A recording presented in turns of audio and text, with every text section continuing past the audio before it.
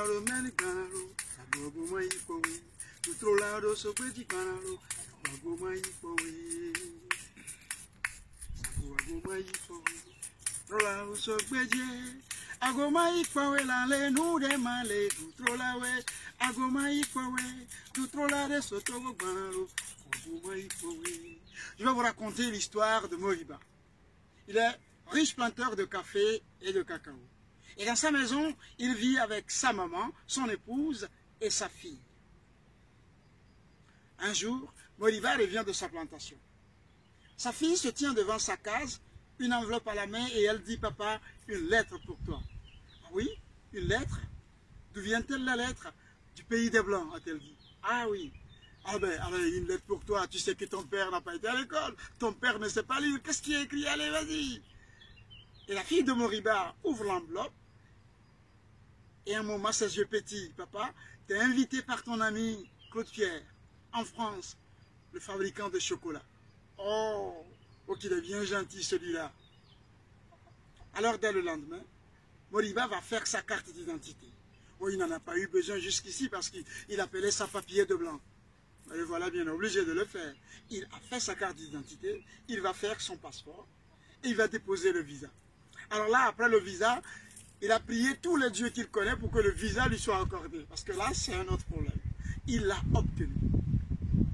Alors ce matin-là, il va au marché de son village. Il va acheter une belle chemise et un joli pantalon. Et quand il est arrivé chez lui à la maison, il fait déjà nuit. Il enfile sa chemise, elle lui va comme un gant. Mais quand il a porté le pantalon est plus grand que lui de 15 cm.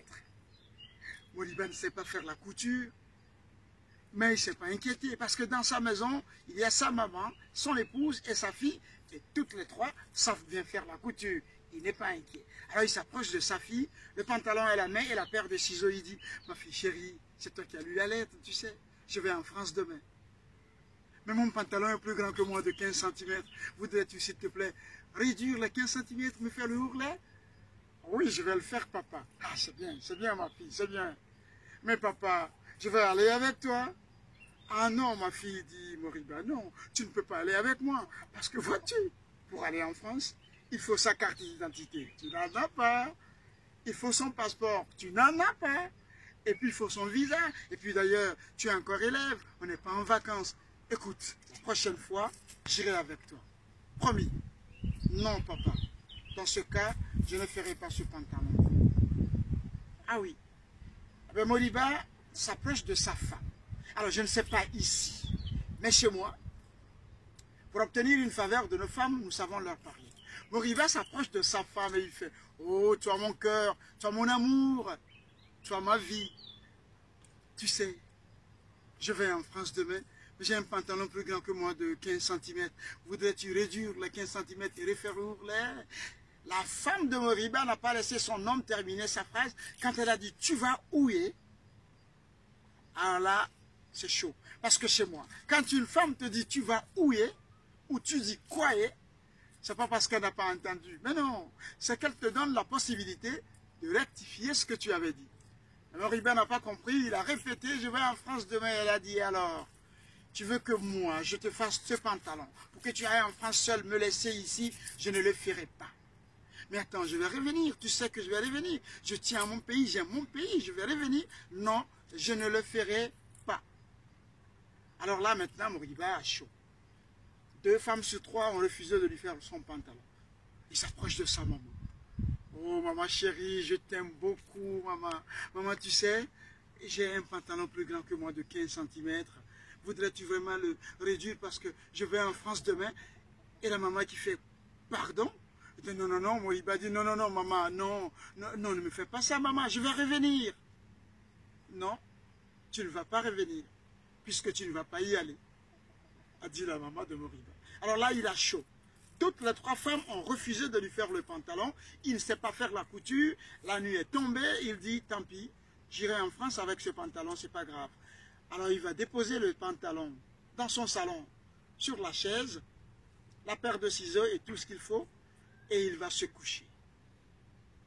Mais tard dans la nuit, la fille de Moriba n'arrive pas à trouver le sommeil. Elle fait la crêpe, comme on dit. Alors elle se réveille et elle dit non. Mon père, je dois lui faire son pantalon parce que je ne peux pas supporter que mes amis se moquent de lui. Je vais me fâcher. Alors je vais faire ce pantalon. Alors sur la plante des pieds, elle a marché tout doucement, tout doucement, tout doucement. Elle arrive à la chaise. Elle prend le pantalon. Elle mesure les 15 cm et la paire de ciseaux traverse le tissu de part en part. Elle s'assoit, elle fait le ourlet, elle dépose le pantalon et elle cache les chutes dans son pagne et elle va dormir tranquille. Un peu plus tard, c'est celle-là même qui est couchée à côté de Moriba qui n'arrive pas à trouver le sommeil, sa femme. Elle se réveille et elle le regarde et dit, oh, il est beau, mais il sera moins beau avec un pantalon plus grand que lui de 15 cm. Je dois lui faire son pantalon. Elle enjambe son homme. Elle va chercher le pantalon, elle coupe les 15 cm, refait le ourlet, elle dépose le pantalon, elle cache aussi les chutes dans son pagne et elle vient se coucher. Mais avant de s'endormir, elle dépose un bisou sur la joue de son homme et elle s'endort. À l'aube, les coqs ont commencé déjà par chanter derrière les cases et la mère de Moriba se réveille en sursaut. Le pantalon! Oh, je dois lui faire son pantalon, mais non, ce brave fils. Alors elle aussi, elle est arrivée tout doucement à la chaise. Elle a pris le pantalon, elle a mesuré les 15 cm, elle l'a coupé, elle a fait le ourlet, elle dépose le pantalon, et elle cache les chutes dans son pagne et elle va se coucher.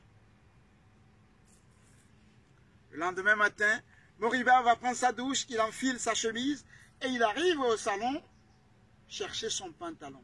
Mais au salon, sa femme, sa fille et sa maman sont toutes là.